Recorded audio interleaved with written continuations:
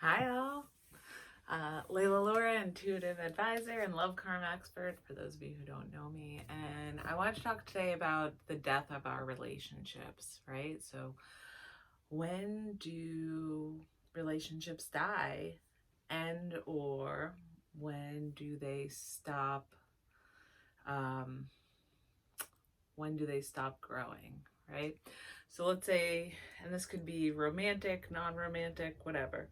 Let's say you meet someone and you befriend them, and you get so excited and you're chatting, and there's something that happens when we meet someone who's like a soul sister, a soul brother, soul lover, right? And it's like our walls drop and we're just authentically ourselves, and the conversation flowing, everything's flowing, and things are going well, right? Um, and that could happen for 5 minutes. That could happen for 15 minutes. It could happen for a week, a month, a year, 20 years, right? 30 years tops. Um, but what happens when our relationship starts to die, what kills our relationship, is when we start building walls. And one of the ways that we start building walls is by not communicating. Another way is by um, not being respectful of others, right? So, not taking the time to care about somebody else, how they're going to feel, and making space for them, their process, and what feels good for them, right? And so it's of course always the most important thing to do that which is of your highest good, right? Um, but it's so important to be mindful of others when we can, right? So when we can be mindful of others and we can think of them and their needs, it's really important and really valuable. So if you're wanting to work on building relationships, sustaining relationships, um, and, you know, embellishing your relationship, really enhancing it, allowing it to blossom and thrive, communicating it is the most important thing, right? So, like, you look at these roses, and there's actually no water in this anymore. I'm trying to dry them out. But I think they're a great example, right? So, if, like, the second you remove water from flowers, they stop blooming and they start dying, and they go from being big and beautiful and so lovely to shriveled and withered and drooping and sad, right? So think about your relationship, think about the people you care about, and allow yourself to take the extra time to communicate. Allow yourself to take the vulnerable step of being your authentic self and speaking your truth and speaking through what you want and what you desire. And we all feel that we're busy and we don't have enough time, and that oh, it's not really that big of a deal. But a lot of the times, our actions and how we're living our lives is a big deal to other people.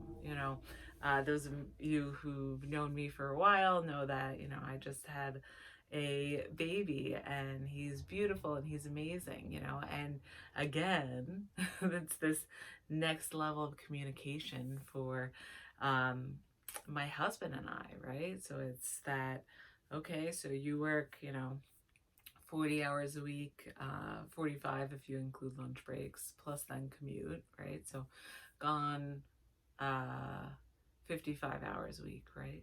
And having that communication of saying, hey, I love you, I love our new baby, and when you get home, I need you to take that baby, even if it's just for 15 minutes for me to pee, right? So this seems like a silly little communication. You're like, Layla, why are you using this example? But for instance, when this builds up in time, I'm coming back from like a mother support group and was listening to a bunch of moms like complaining about their husbands. So that's the inspiration here. So, when you take that, you don't take the time to have that communication, express what you need, because it's vulnerable to say, I need help, I need support, right? When you don't take that time, it literally draws a wedge in your relationship when you don't take the time to communicate about what you need. And, when you don't take the time to get clear on what you need, you're not allowing other people to love you. You're not allowing other people to support you. So I just heard today to really talk about this, share this, and especially with the holiday season coming up. You may have made some plans, and the closer and closer they get, you're getting a lot of anxiety. That's a sign that something's out of alignment. So, if you can take a couple minutes after this video and really just take some deep breaths and just ask your highest self, please show me what I need at this time of year. Because for a lot of people, what they need around the holidays, what they need in their life, it's changing. It's great that on social media we see all these pictures of big family photos and all these things, and it looks great. But for a lot of highly sensitive people, that's not actually what they need. They need to take advantage of like Christmas Day is one of the most energetically quiet days of the year.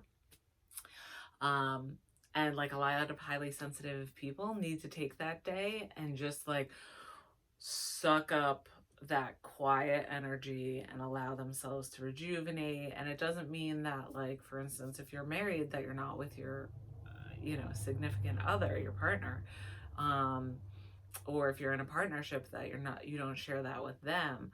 But it's really about minimizing how much of your energy you're giving away.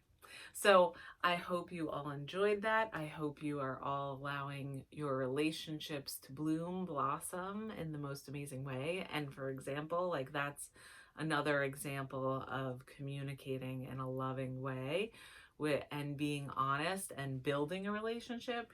Like let's say your parents really want to see you and your husband on your Christmas, or your in-laws or your friends, and being able to honestly say, that's not really what I need. This but I'd love to see you this time, or I'll get back to you when I get clearer on what works best for me. And that's real love. Being honest, being authentic, that's real love. So I hope you all have a wonderful holiday, and I hope you keep on flourishing in your relationships, and most importantly with your relationship with yourself. So sending you love. Ciao.